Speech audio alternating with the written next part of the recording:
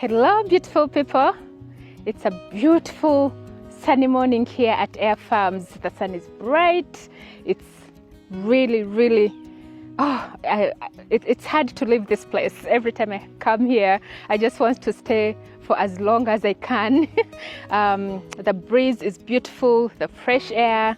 So it gives me so much energy to present to you another episode, sharing our journey here as we progress through farming. And a topic I'm going to share today is a question that a lot of you have been asking. So I figured I should cover this a little bit in depth, and that is, what is the recommended size to start a profitable size of land? What is the recommended size of land to start a profitable goat farm? And that really depends on a number of factors. One, availability of funds. Two, what your intended method of grazing is.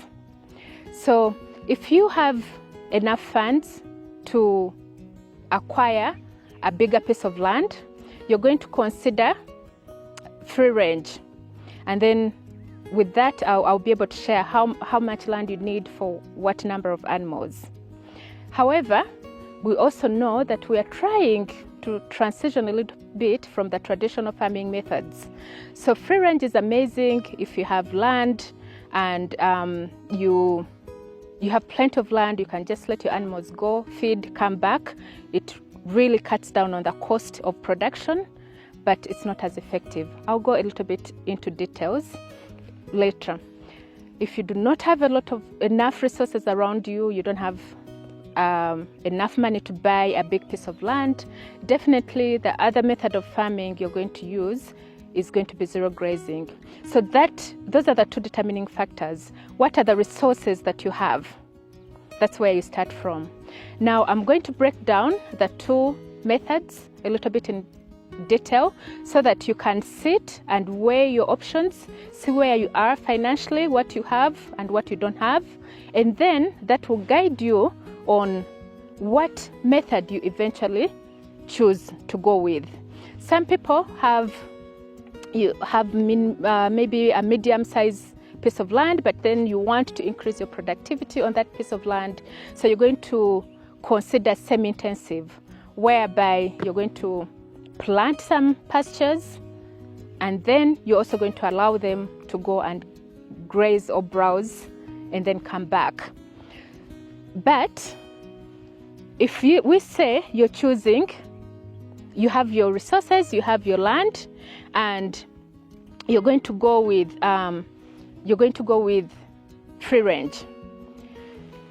Typically, I've shared this several times, but it's important to share in this video as well.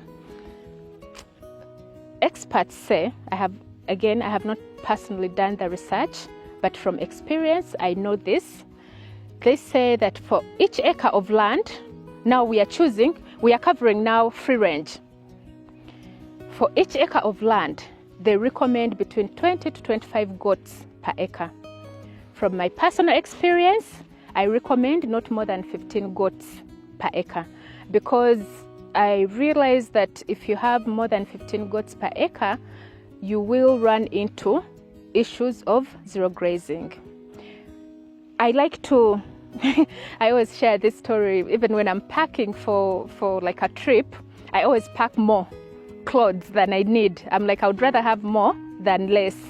So for me, ideally, I would say not more than 15 goats per acre, so that if your land ends up being a little bit more than the animals you have, then your animals are going to be healthier. They're going to get enough nutrition, and then that means they're going to put on more weight because they're eating more, and instead of overgrazing.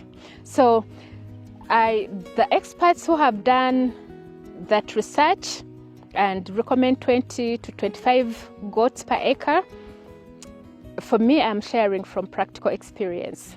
From experience doing this for close to 3 years now, I feel like 15 is ideal for free range.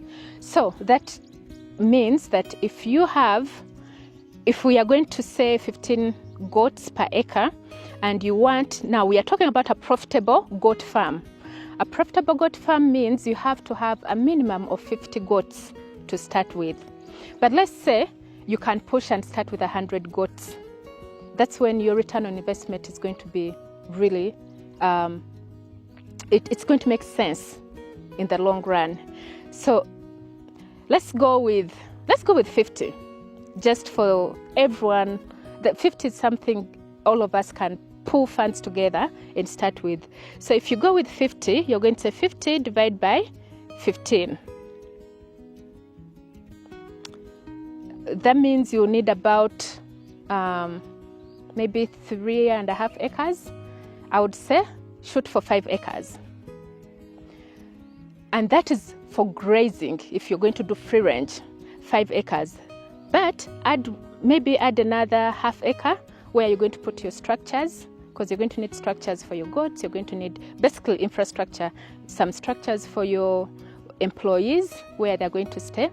So let's shoot for 6 acres for 50 goats.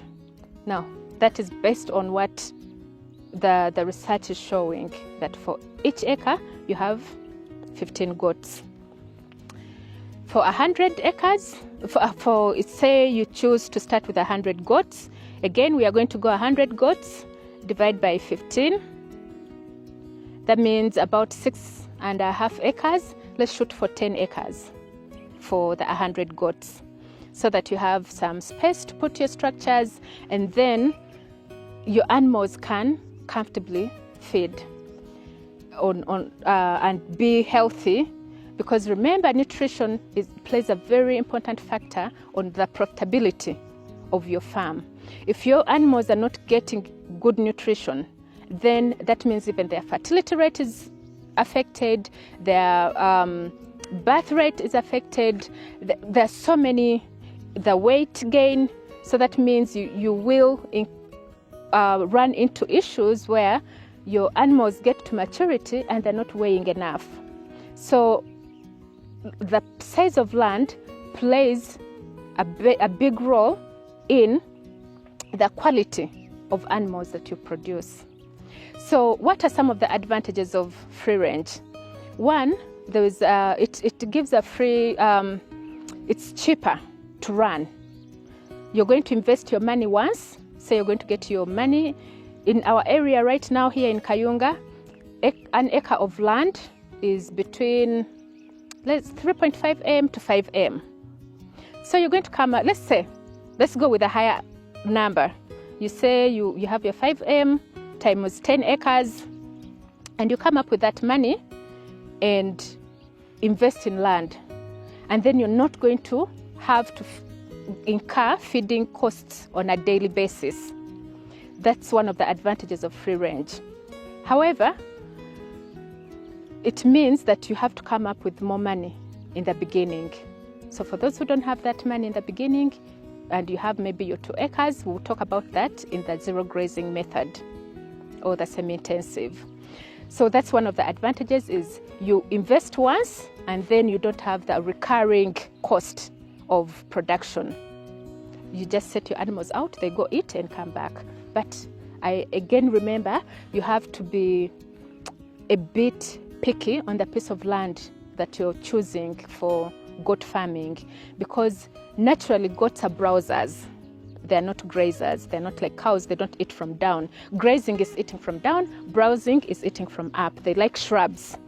So if you find your good land, your good 10 acres with good shrubs, with busana, things like that, obugando, then you know that I'll effectively feed my animals on my 10 acres and they'll produce good returns. But if you just buy a flat piece of land, even if you have 20 acres for 100 goats, you're going to struggle having your animals look nice, having your animals look good. So those are also factors you need to put into consideration when you're choosing the size of land. Now, that's the biggest advantage really of free range. Some disadvantages of free range is you are exposed to there's higher exposure to ticks. because the goats are going out in the bush and eating and coming back. So that means even your spraying has to be done more regularly. Now, let's now consider the other method of farming, which is zero grazing. Zero grazing is where you have your animals confined in one place, and then you bring food and feed them from there. They do not go out in the field to feed. So some of the advantages of zero grazing are you're not going to need a lot of money to start the project, because you can have 2 acres and actually have 100 goats on 2 acres. But that means you're going to outsource your feeds, and buying those feeds or planting those feeds can be costly.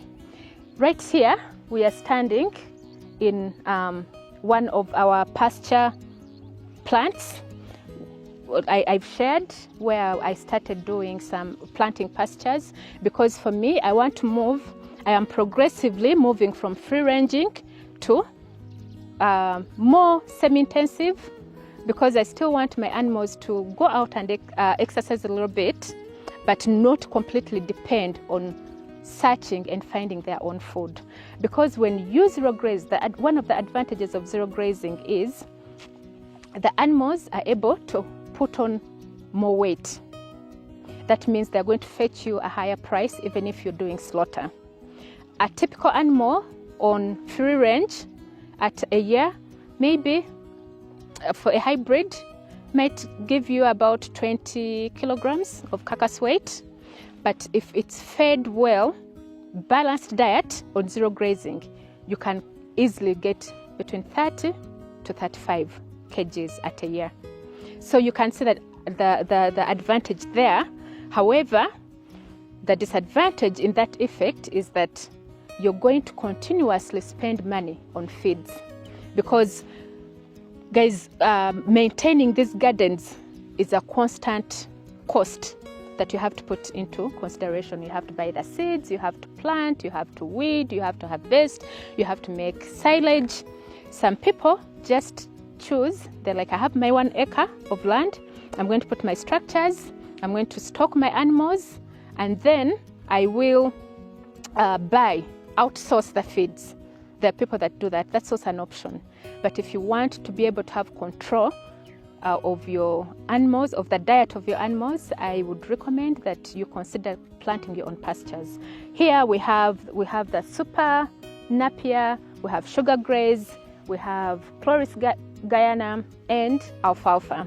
But I'm also going to expand the garden. Right now, our pastures are on 6 acres. I want to expand and make it 15 acres so that progressively I reduce on the level of free ranging and increase more on the level of zero grazing, so that I can have a higher output of my of the goats when it comes to slaughter, that it's fetching me more money than just letting them out. Another advantage of zero grazing is you are able to control pests, ticks more, because the animals are not going out, but they're not interacting with other people's animals that are probably not being sprayed well and regularly, because they are confined in one place. And that saves you on the daily operational costs. And every time you're reducing on your cost of production, it means you're increasing on your profitability.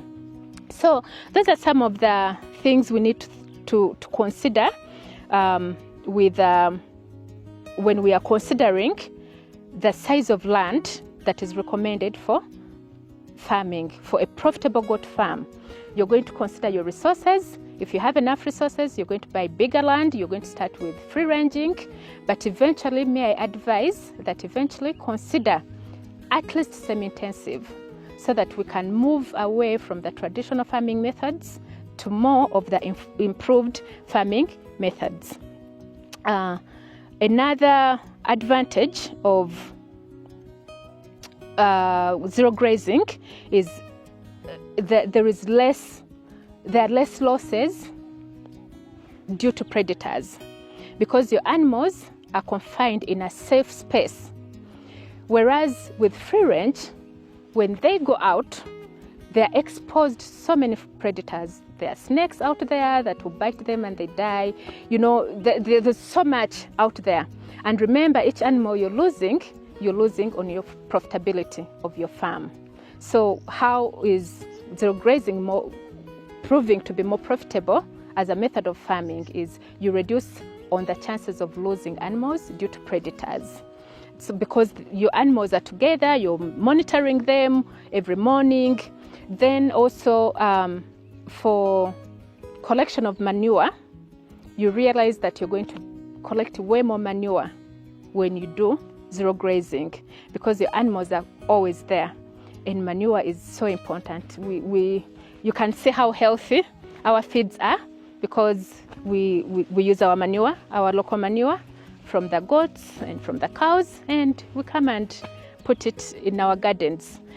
Basically, you're recycling your resources and tapping into every aspect and every chain of production at your farm. So those are some of the ideas I wanted. Again, advantages of zero grazing are disadvantages of free ranging, and disadvantages of free ranging are the advantages of zero grazing. So, but to summarize the topic, when you're considering the size of land, you have to consider the method of farming you want to do. If you want to do free ranging, then you're going to need a bigger piece of land. If you want to do zero grazing, or if you don't have enough funds to buy a big piece of land, that means then you're going to consider zero grazing. There's so many advantages of zero grazing. It's an improved method of farming. However, we also know one of the disadvantages I forgot to share is these animals like nature. They like to be able to go out and exercise and walk around. That's by nature how they're supposed to be. So for me, I'm verging more for semi-intensive, whereby you can have, even if you have you spare an acre or two, where they can get out and just exercise a little bit and then come back. Just go out for a few hours and come back, but also improve your feeding methods by planting pastures and balancing the diet of your animals. I hope you guys have picked something from this, and I look forward to sharing more of these videos. If you have any questions, please leave them in the comment section. I do my best to spare time, to actually create time and come into the comment section and respond to your messages. In fact, now I get topics to share to make videos on from the comment section. So I encourage you to continue commenting so that I can see where you want information, and I can build onto that and create a video for you. If I share a topic and you don't feel like I covered it well enough, again, comment, put it in the comment section. I'll revisit that topic and give it more clarification. All the best. Nice to see you, and see you again.